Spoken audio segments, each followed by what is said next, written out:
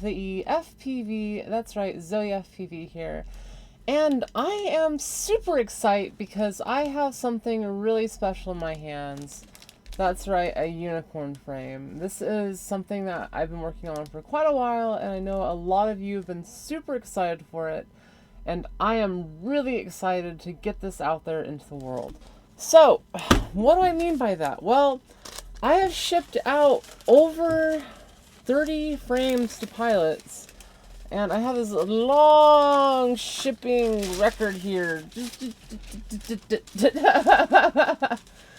Shipped out to international pilots, and if you don't know what that means, I have a tier on patreon.com/ZoeFPV for $25 that gets people access to Unicorn Frame. And that tier just started charging people as of today. And as of today, I've shipped out all of the frames to people in those tiers, as well as shipped out the drones for Outcast Droneworks. So if you ordered through Outcast Droneworks, your frames are on the way, and all the $100 tiers on Patreon. So all of the frames are shipped out, and I'm super stoked to be able to share that with everybody and let you all know that's the case. Hey Ricky, hey Dan, hey Airheaded Aviator, and Southwest Kitty, welcome to the chat. So what's the stream really about? Well, a lot of you are probably going to be getting your unicorns. And there's going to be a lot of you that are going to wonder, how the heck do I put it together? Even though there's been several pilots that have already figured it out. And it doesn't seem to be the hardest thing in the world to figure out. And quite honestly, I think trying to figure out how to put the frame together is half the fun. But for those that are curious, we're going to try to unbox one of these and put the frame together and talk about a few of the features of the frame and how you might want to build it out, because I know there's going to be a lot of you that are curious about that. So let us get over to the bench and start doing that now. Okie dokie.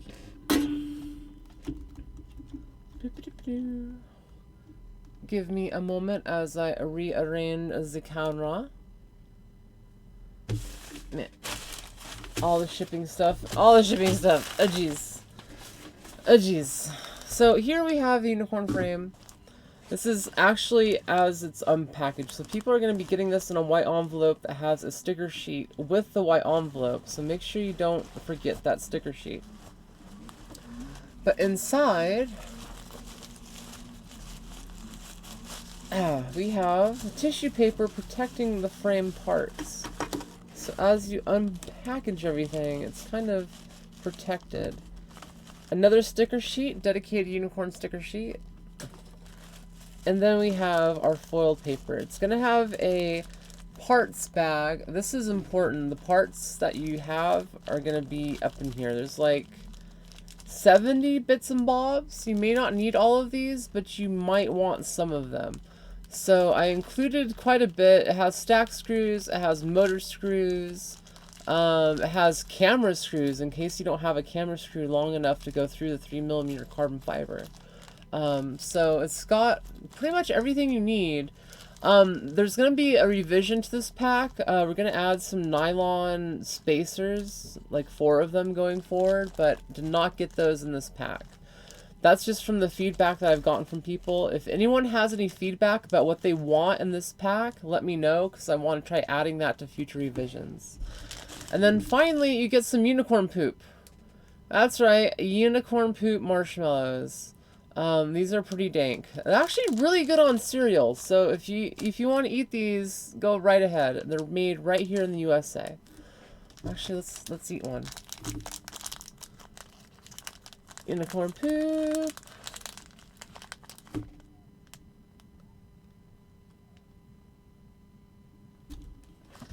Oh. I'm eating it off screen. It's not bad.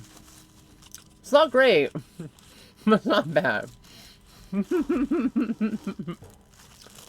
Okay, so now we get to the real fun, which is unwrapping the carbon. Now, the reason why things are shipped like this is, well, I didn't want the carbon rubbing. So every piece should be individually wrapped, essentially. And then as you unwrap the paper, the pieces kind of reveal themselves. So these are the bottom rails. I'm just going to put these aside for a moment. Arms.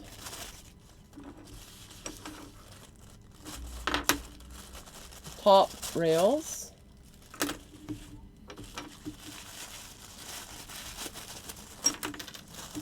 And we have our top, I guess, battery tray slash our top, I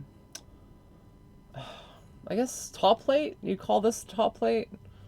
And then we have a bottom plate, optional bottom plate, a secondary bottom plate. Then we have our antenna mount for the back. I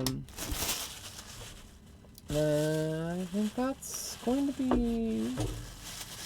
Nope, where is the other piece?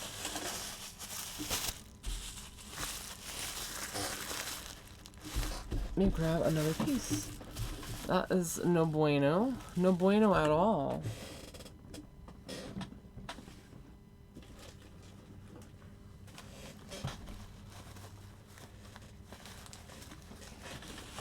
I think I left a piece in the bag. I am currently going through a sit bag. Yes. Yeah. Derp. Derp. I was freaking out. I was like, there's definitely another piece in this bag. If anyone is missing pieces, please let me know. I mean, I hand-packed everything. I was really sure that I included every piece of the carbon fiber, and I checked everything myself. So I was freaking out because I thought I had missed something, and I opened it from another bag. No, the piece was in there. I just didn't look hard enough. Okay, so now that we have everything unpacked, we can now start putting together the frame. Now, there's generally two ways you can start putting the frame together. You can either start with the bottom rail and the arms, which include these pieces, or you can put together the top rail and the top mount, which is actually what I like to do. Now, I'm hoping these go together pretty easily because the fitting on this is a little bit tight, so you may have to file stuff out to get everything to fit together properly. Just FYI. That was more or less intentional because I'd rather have things tight than be loose, especially if people are flying these frames. Yeah, it's actually nice and tight. And that's all about the tolerances on the frame. So this is going to be the top rail and the top plate. You're going to put the top plate into the top rail. There's slots for it to just kind of sit into like that. And again, we're not using any hardware to put together this top rail. It all just snaps into place. Like literally that just snapped. And then this. And this is just a random sample of the frames. So I'm sure there's going to be some that fit a little looser and some that are a little tighter as tolerances change as machining happens. So we're going to actually put this back plate. Now, this back camera plate here, this is kind of optional. You can either put your VTX here, strap it with either double-sided tape or put zip ties through the top mounting holes here. Or you can attach your bracket on the back here, and that puts the antenna going up and out the back of the frame. These holes are a little tight. I might have to file them. Yep, looks like I'm gonna have to pull out a file.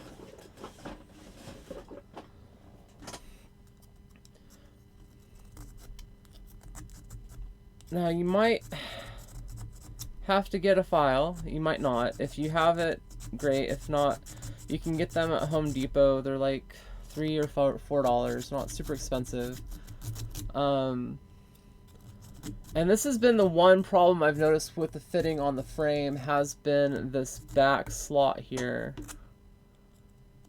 And well, on some frames it fits together fine, on others it doesn't. So it's definitely a manufacturing issue. So that's something I'm going to try to get worked on, but I'd much rather people have a tight fit that they have to kind of work into place versus a loose fit that doesn't actually work. Because it does lend itself to the structural integrity of the frame to have it fit tight. And to have a loose-fitting frame is no fun.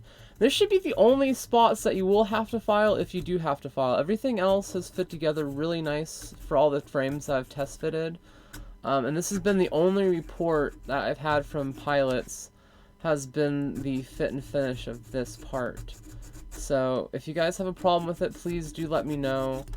I am looking for feedback on that. So I think that will about do it, I hope.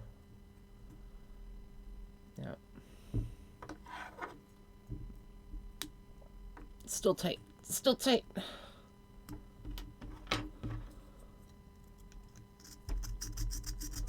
Try not to take too much off.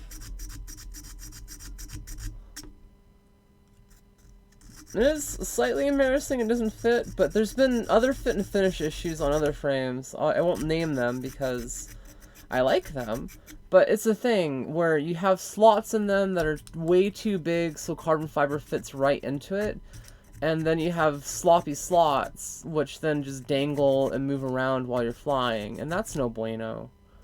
So having them tight, unfortunately, sometimes means that you have to do this.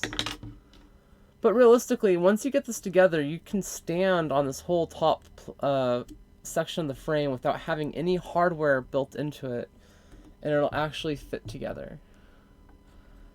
Okay, that's kind of good. It's kind of good. I might have to pressure fit it a little bit and hammer it into place, but that kind of seems to fit the other side just fine. I think it's a matter of, see, like on this instance, one rail fit, one rail didn't, and this is on the same frame, so it's only tight on one part of the tolerances. And then we can use something heavy to kind of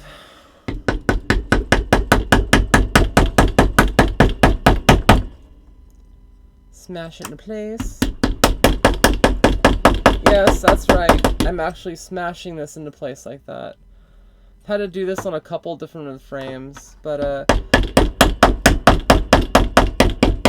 it creates a nice pressure fit that doesn't want to come apart. I'd much rather have that than something that does come apart. And just so you know, this is the second frame I've actually had to modify / kind of bash on. So if you guys have a problem with that, I'm sorry. But realistically, now the whole top end is really, really tight. It's together.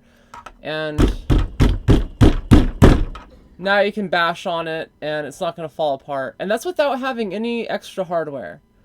So most people would think that you'd have a standoff here and a standoff here to give it rigidity. But realistically, that creates breaking points or stress points or fracture points. Because if I have a standoff here, as the force goes into the horn, it would actually pressure point at that standoff. So having the frame without standoffs, especially on the top frame, allows it to kind of flex a little bit without breaking, because it can transfer that force into the rest of it without having that pressure point there. If we had that pressure point there, it would transfer all of its force into that standoff and break. So I haven't had any of the top rails break of the V3s and V4s. And this is V5. And every revision has added more meat and has made it more durable. So I really think that people will have good luck with this. But once you have that done, put that out of the way. We are going to assemble the carriage. Now, the main, this is the thing that trips out a lot of people, and the one thing that's extremely difficult to actually get right, and something that throws a lot of people off, is how do you put together this part? How do you actually put together the main part of the frame, right? Well, there's a couple different methods.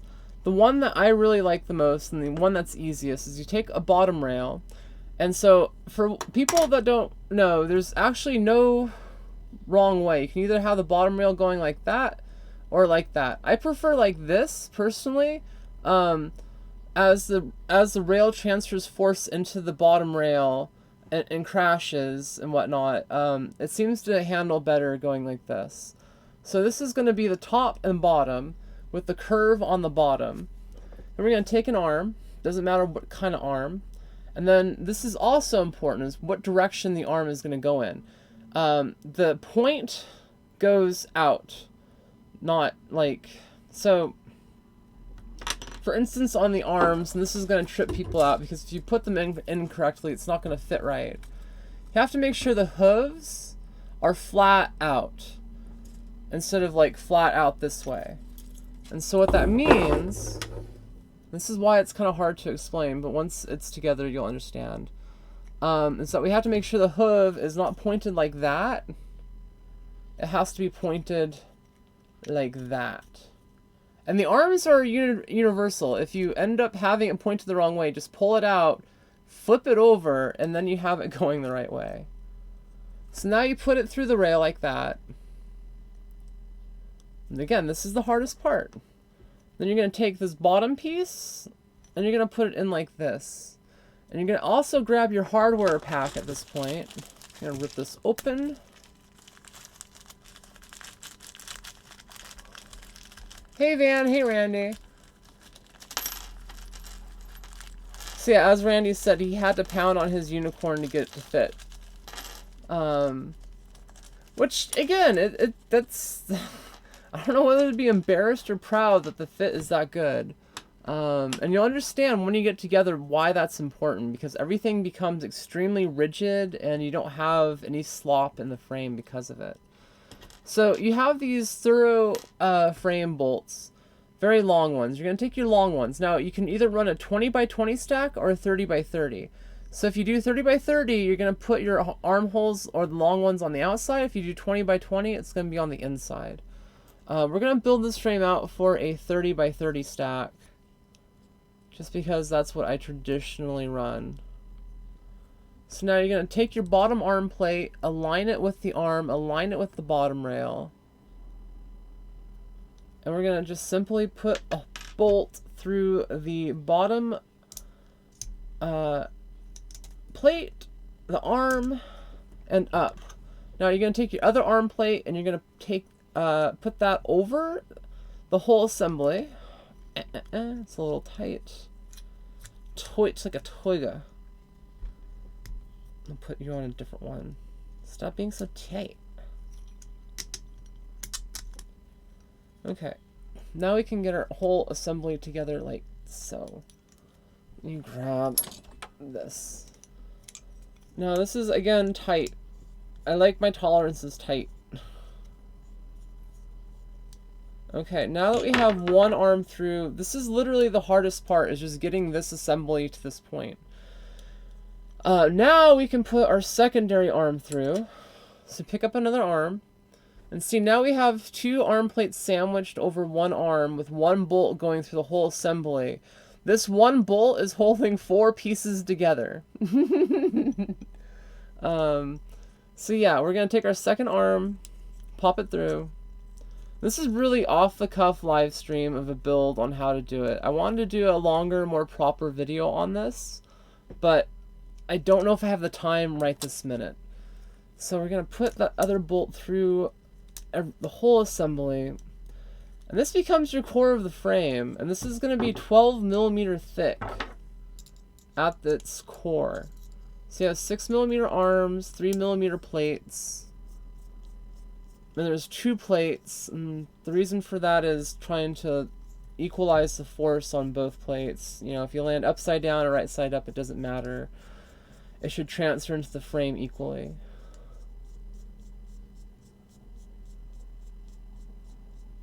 Okay, so that's in. So now we have the arms that go like this. When you actually put the arms in their place, it applies tension to this bottom rail and holds the bottom rail in place. So see how that bottom rail doesn't move now? That bottom rail is only being held in place by tension. And that's how tight the tolerances are on this frame. So we're going to add the other side now. And this is probably the second trickiest part of the frame build right now, is getting the second half of the frame together. Because you can't just put the arm in like this and put a screw in, because you can't get a rail in.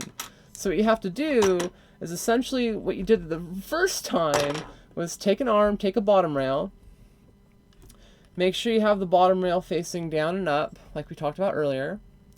And you put the front arm in. Oh, put it in the wrong way. Flip it over. Okay, we're good to go. And now we can slip this whole assemblage in like so. And we're going to add another long bolt through which will get us to 3 arms. Now everything is going to be pretty loose. Like, see how it is right now? It's not taut yet, and will only become taut when we start adding that 4th arm. And that's when we're going to have to work everything into place.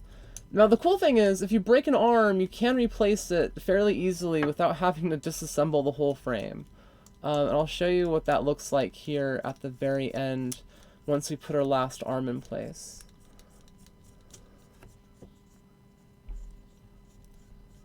Okay.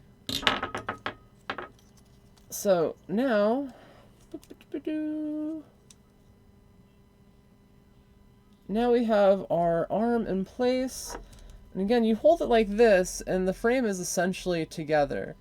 And this is what it looks like without having that final arm in place. It basically creates a cavity for the arm to slot into, which is pretty nice. So take our final arm, again, making note of the orientation, and it just slips right into place.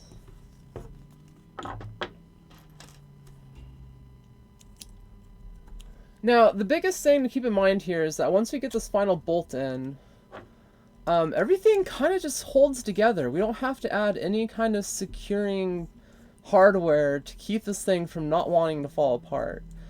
And that's kind of the beauty of the frame. It has this inherent stability to it where it just kind of wants to stay together without you having to do much. Now, I may have just skipped a step, and this is actually important and something I just realized I missed. Now that we have the frame together, I want to show you something important that I really skipped, and I feel stupid for skipping. In the final revision of the frame, this is a big difference between the prototypes and this one, is that I added these washers. The washers are used for a few different things. One, there's actually a huge use for the washers on the bottom plate of the frame, and I'm going to take out a screw and show you how to put a stack through it, or put a screw through the stack and how I do it properly.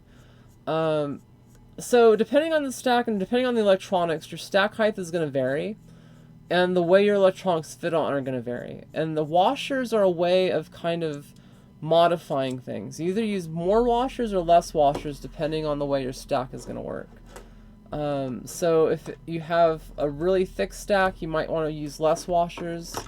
If you have a really thin stack and things aren't lining up right, you can use more washers to kind of change your stack height a little bit so everything fits together. Put that back in there. So what I did is I added a washer to the main bolt.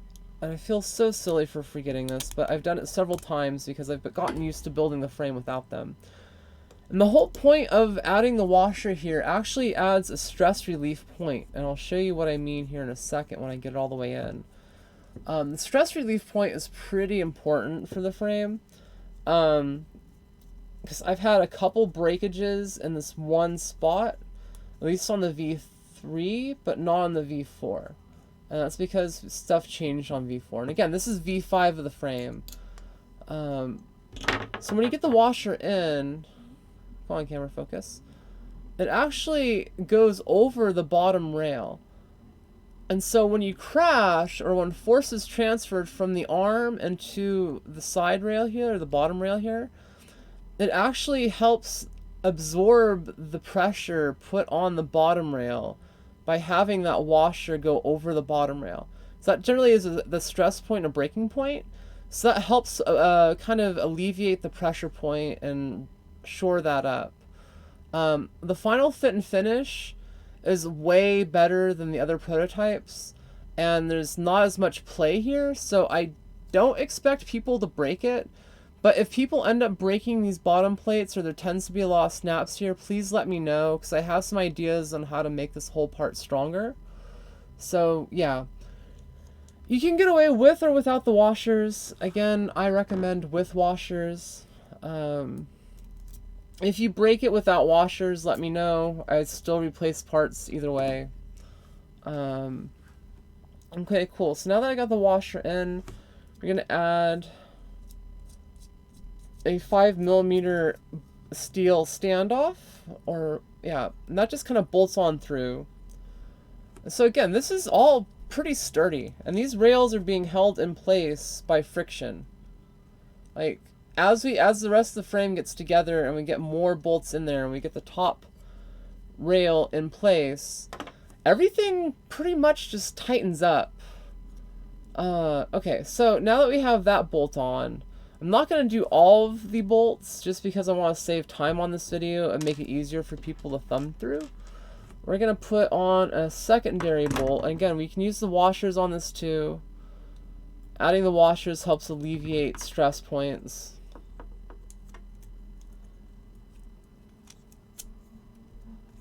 I was debating doing fancier washers than these, but realistically, these are light, and they do the same thing as the bigger, bulkier washers that I've seen. So now we have that in place. This is going to be the other curmudgeon. Some people are not going to like how this goes together, but I have a nylon, 3mm nylon nylock nut. And the nuts can either go on the inside or the outside, depending if you're doing 20 by 20 or 30 by 30 stack. Now, the disadvantage of this is that by having the nut here on the inside, you have to get a pair of pliers in between the stack and your electronics to kind of get it out. So if you do break an arm, it's a bit of a pain in the butt to initially get this bolt out and get the actual nut out so you can get the whole arm out. Just know that is something I do know, and it's probably realistically the only real complaint I have. And the only real complaint that other people have had is the fact that it's a little difficult to get in here to swap out an arm. Now, I have yet to break an arm, so you shouldn't be swapping out arms very often. But again, that just letting people know that that is something you're going to have to think about. Get a really nice pair of like needle nose that has an angle to them so you can come up underneath and grab it from the inside and screw it in. So again, that's just something to be aware of. So then you can add more washers to your stack, you know, if you need it. And the biggest thing is the hardware I included. I added 3mm or 3mm 5M tall metal standoffs to the board. And this was meant for gummies. This was meant for boards that have gummies, essentially, and add a little bit of height. Because essentially what happens is you put your PDB or your ESC board down here, you put this here, which kind of extends your stack up, and then on the top, you sandwich everything down like this with one nice 3mm bolt on the top. And this, realistically, the stack height only works if you have gummied flight controller and ESCs. And by gummied, what I mean is this. This is the Hobbywing stack. Hobbywing stack comes with gummies on the flight control stack. This is actually what inspired it initially. So the Hobbywing stack actually comes with this hardware, the blue hardware there. Most stacks generally come with their own hardware, but if you don't have it, that's why I included it in the kit. So that's just the FYI, the lowdown on the stacks, how that's supposed to go together. So moving on, let's show you probably the most difficult part, the other part that throws a lot of people off, and that is how do you attach the top rails to the bottom rails? Well, let's go through that. So you're going to grab these next long bolts. I think these are 20mm long. These, I call them the rail bolts, and there should be a numbered list of parts up on Patreon. I really need to create the website for the frame so people have a bigger resource for them. So what you're going to do is you're going to take the 20mm bolt, you're going to put it through, and you're going to thread it into the 5mm long 3mm standoff. Now you're not going to put it all the way through, you're just going to kind of thread it enough to where the end of it just barely pokes through.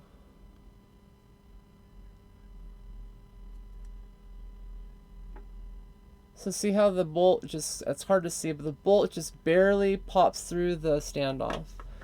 Now you're going to do the same thing with the other side. We're actually going to do the same thing with all the holes on this rail. Now these standoffs can be replaced by some TPU gummies, and the gummies will allow you to have some vibration absorption.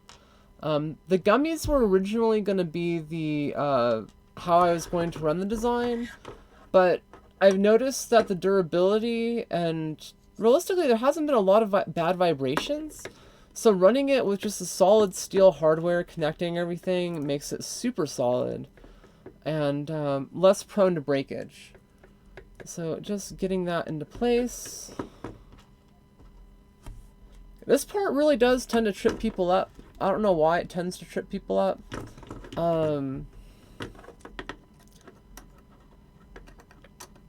It's probably because you've never done it before and this is new to you, which I totally understand, and that's why we have this video. So now that we have those in place, we can actually mount our frame, our top rail in. So we're going to just take that, kind of pinch. You can pinch the ends together.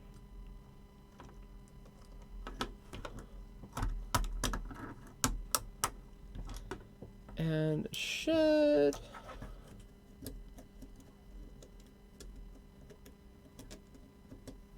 Boom. So there we have the frame as it's kind of ready to be put together. It just kind of sits in place. So if you do it right, this should not be a nightmare to put together.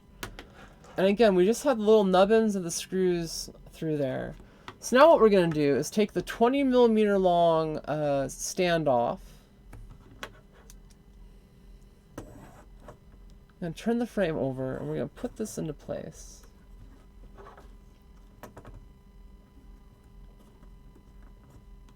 And again, this is all friction fit at this point. See how kind of sturdy it is already? Okay, so now you can start driving this edge in.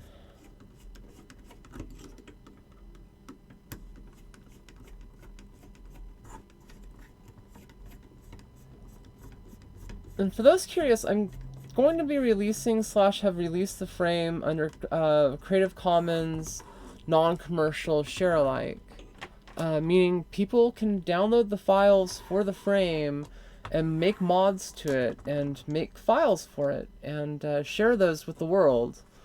So if you're interested in making things for the frame, hit me up. I have a Google Drive folder with all the files for the frame ready for people to start modifying and playing with. And sometime later this month, I'll have them up on the internet proper. So now that we have our bottom rail together on the front, and you can do it front or back. Now it's kind of nice because if you, boom, do that, we have a pivot point. So now you can kind of work on the frame.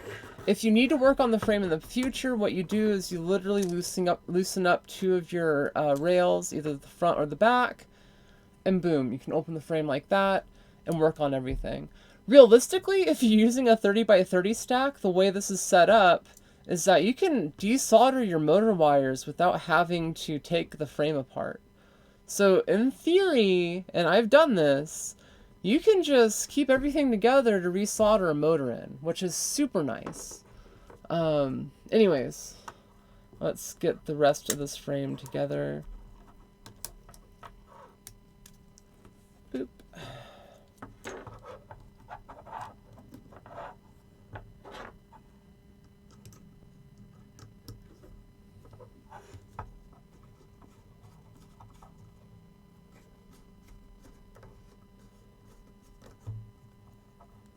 I am currently putting the screw in a little bit more. It can be a little tricky to get these things threaded in right, but once you get it, it's not too bad. And again, I consider half the fun putting the frame together. Like, it is a bit of a puzzle at first, and once you get it, it's just awesome.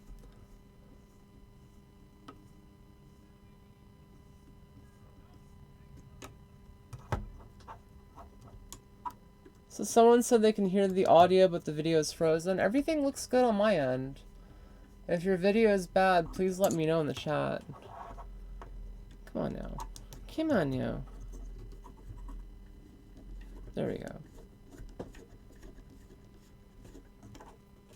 It likes to be a pain in the butt sometimes.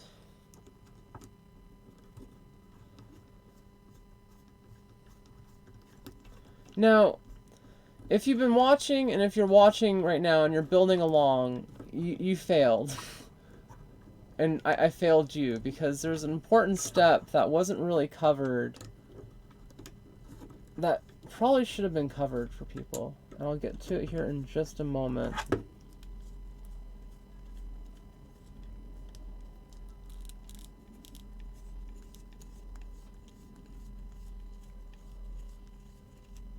I'm just spinning my gears there. So, you may be asking, Zoe, you don't have bottom plates. Zoe, what about the plates? What about here? What about a bottom plate, Zoe? You have photos of bottom plates on the website. You see this frame has bottom plates. Zoe, what about the bottom plates? Shit. So I build all my frames without the bottom plates, and you may wonder, oh hey, here's the bottom plates. How do you get them into the frame? Well, you put them in before you put the whole cage together, which I did not do. So if you're following along and you're building along with me, I am deeply sorry, because if you wanted a bottom plate, you should have put it in there when you had the chance. But if you didn't have the chance, I'm going to show you how to bodge fix it into your frame, because I've had to do it a couple different times. So we're going to actually take this whole freaking thing apart, partially apart.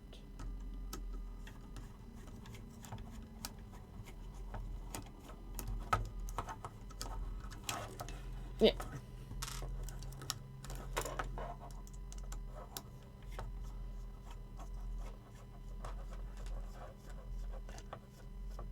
And as Randy in chat says, I did this too. Yeah, this is something that I've done on a lot of frames. And again, I generally don't run with the bottom plates.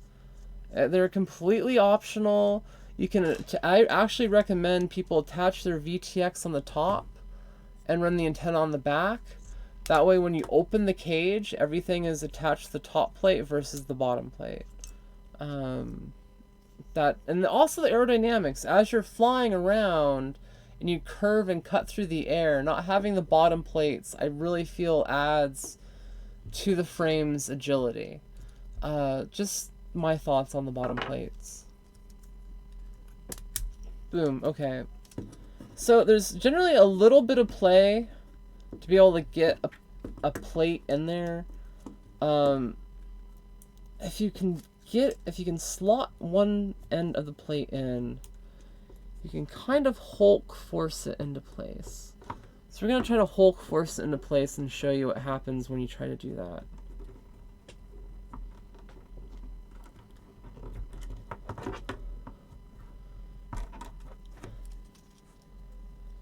Oh god, I hope I don't break it. Okay. Boom.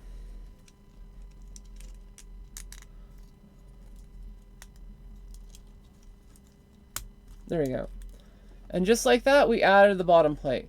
So you don't have to take the whole stack apart to do it. You don't have to do that. Just telling people, you can put them in, you can spread things apart. It is a pain in the butt to do it, but you can get them in without having to tear everything down. So that's how you put a bottom plate in. You definitely will have to take one end of the rail system apart to be able to force everything together. But it can be done, just like that. So that was my bodge fix, if you don't put them in earlier in the frame process. And the time you would put them in is when you're putting that second rail on at the very beginning of the build process. When you're putting the second rail on, make sure you do that.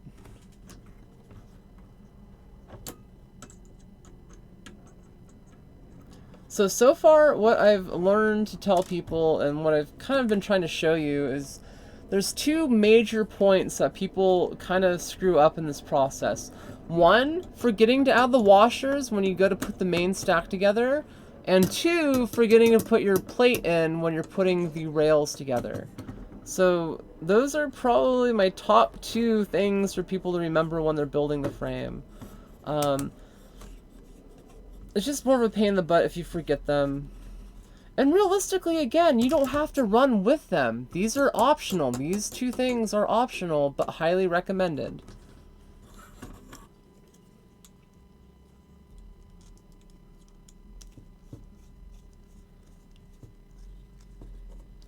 So once you get the top rail in, everything is together. I'm basically doing the cooking show thing, right? So this is our uncooked turkey. This is our unbasted turkey. Once you get to that point, get everything in and together. This is the special Patreon edition. 10 lucky patrons are getting the red edition hardware. This is what it looks like together. So you have your main stack screws all up in there.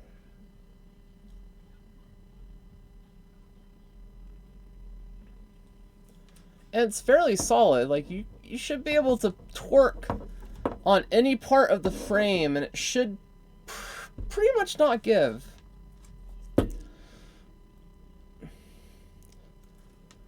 So yeah, that is the built unicorn. Now let's talk a few things, because I'm not going to build one out on Livestream. I'm just going to go on the overview of the frame. So if you run without the bottom plates, you're going to have to attach your VTX to the top. Now, some VTXs will not fit between these plates. The Immersion RC Tramp fits perfectly, weirdly enough. The TBS Unify works. The Unify Pro HV is a little big, so I tend to put the Pro HVs down on the bottom plate. Just like a heads up for people thinking about that. Also, if you have a triple stack with your VTX on top of your stack, it probably will not fit on this frame. This frame is realistically designed for a dual stack or a really tight triple stack. I've yet to see anyone put a triple stack in the frame. Just a heads up. Now, another thing to mention is that you can actually bodge in a 20 by 20 board here and a 20 by 20 board there. I know I'm personally working on a new cutout for a 20 by 20 board that'll allow you to mount, a Taser, any kind of HD cam that has a breakout board. So you can have your breakout board here and your HD cam / FPV cam here. So those are things I'm working on. Those are things that, you can do with the frame. It's very spacious, realistically. It just doesn't have a lot of vertical space. And again, this top rail is really beefy. I didn't want you to crash and have your stack smashed. So far in testing, there's been 0 smashed stacks. Like, the frame has been very solid when it comes to impacts from the front and absorbing everything before it gets to your stack. So just a heads up with that. Now, on the actual build, let's pull out a build one. This is a fresh build with an old strap. So this is with a 20 by 20 stack. Now, I really like the 20 by 20 stack builds because it gets that elusive 3mm nylon nut out here, which is a lot easier to work on and get to. So if you're running a 20 by 20 stack, I highly recommend it. Although for some reason this 20 by 20 stack is not working. It's a fresh build that powers up but does not actually work yet. I built this down at the Junk Down Get Down.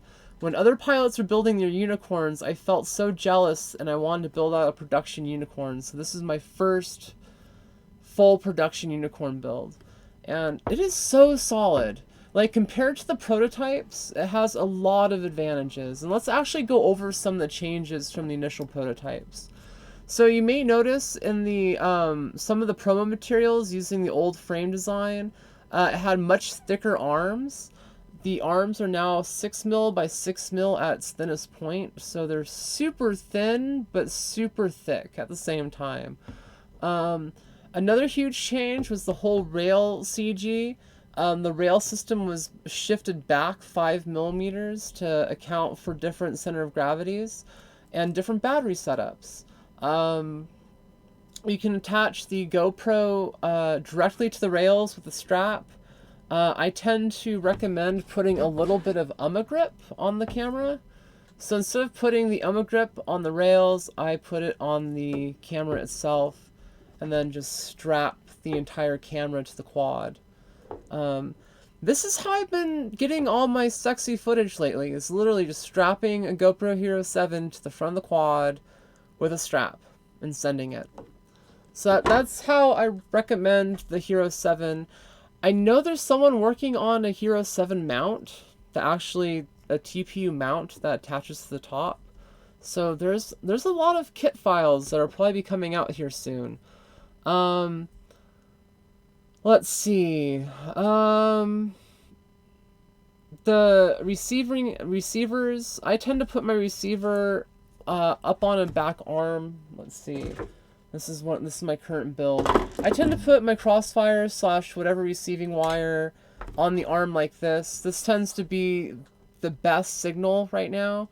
I also do a 40 or a 90-degree bend in it. I've flown fairly decent mid-range. I haven't had any problems with it. I just like this kind of layout because it gets the carbon fiber, it gets it away from the carbon fiber. You don't have any kind of real null zones. And you always pretty much have some part of the antenna open and facing for the pilot. So that's how I mount that. On this frame though, and I kind of got inspired by Devon or Steezy FPV's mounting, I mount the antenna like this. And this really protects it. Like, you're not going to be breaking or effing up this antenna. And there's really no way for it to get up into the props. So I really like this mounting solution. And again, putting HV Pro on the bottom plate in the back like this, it seems to fit really well. So yeah, it's kind of how I have that built out. And this is, again, my 30x30 stack build. No bottom plates. I really prefer running it without the bottom plates. I do notice a bit of a difference aerodynamically without them. And again, if you're not running a GoPro, you can see through. That really reduces your aerodynamic drag. You don't have a bunch of frame blocking the airflow. So that's really kind of my whole thing. As you're carving through the air, you don't have the frame catching air down below. It just cuts through. So that's, I think, the main things. Oh, other changes that have happened. In the original frames, let me pull out the old one. So this is, I think, V3 prototype. As you see, I have some zip ties. This was because the fitting of the frame was so loose. In order to get everything to be taut, I had to add zip ties. And even after adding the zip ties, things are still loose. And that's probably what took the longest to get right with the frame, was making sure that everything was taut and all the tolerances were right. Because with the right tolerances, it doesn't budge. It is legit. The arms aren't flexing inward. Everything is, it's legit. I'm so happy with the way this thing turned out. I really think people will love the way it fits together. Like I said, the whole bottom rail here, if you're gonna do it, make sure you add the washers, especially on this outside. The inside, not so much. The fit on this is so good compared to the other frame. And yeah, I'm very, very happy with the way this thing turned out. I really, really think you guys are going to enjoy it. Check out patreon.com/ZoeFPV for more details. This is also up for sale on Outcast Droneworks. They have it for full retail at $99. So yeah, and you can get it for $25 at patreon.com/ZoeFPV, but that tier is currently sold out and may be sold out for the next few days or so. I'm currently ordering a second batch of frames to essentially increase the frame club because I want more people to be able to take advantage of it. But right now, I don't have those frames in my hands, and I don't want to start doing pre-orders. I want to make sure that I have the ability to get people the frames when I know they can get them, so we don't have problems, because I've heard so many other companies that have had problems with shipping customers their product, and I don't want to become one of those companies.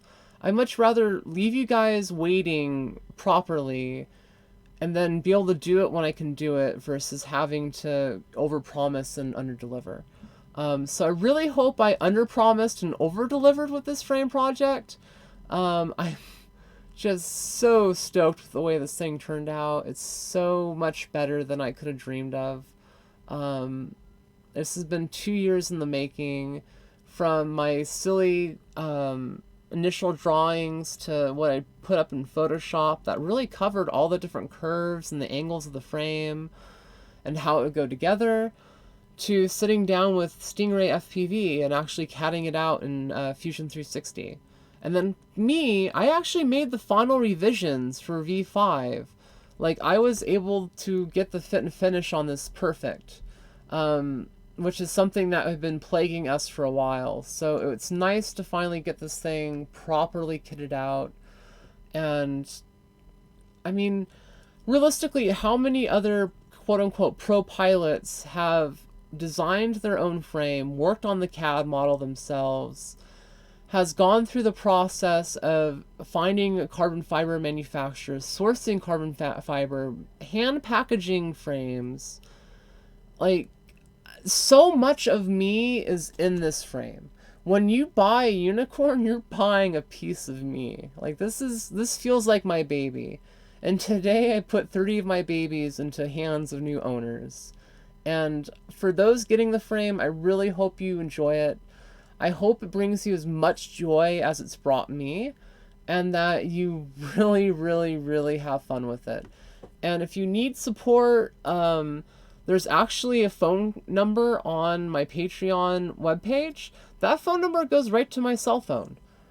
So I have the ability to take live support calls. If you need help building it, if you have a question on the frame, that is included in the Unicorn Club, or Club Unicorn on Patreon. You get live chat support, you get my chat support, you get me to help you put this thing together and keep it in the air. And yeah, that's, I think, my spiel. I don't know if there's really anything else I can say. That's actually kind of a cool camera transition. Let's see, there we go. So yeah, this is my baby. I'm so glad you guys joined me tonight, or today, or wherever you are, to talk about this frame and kind of go over things. If you have any questions, again, hit me up, ZOE FPV. That's, yeah. I'm tired. I'm in pain. I'm gonna go to bed. And I love your faces. If you guys have any questions, leave a comment down below. Like the video if you liked it. Don't dislike it if you didn't like it. And all those good things that you guys do. And until next time, I've been Zoe FPV. You've been awesome. And bye!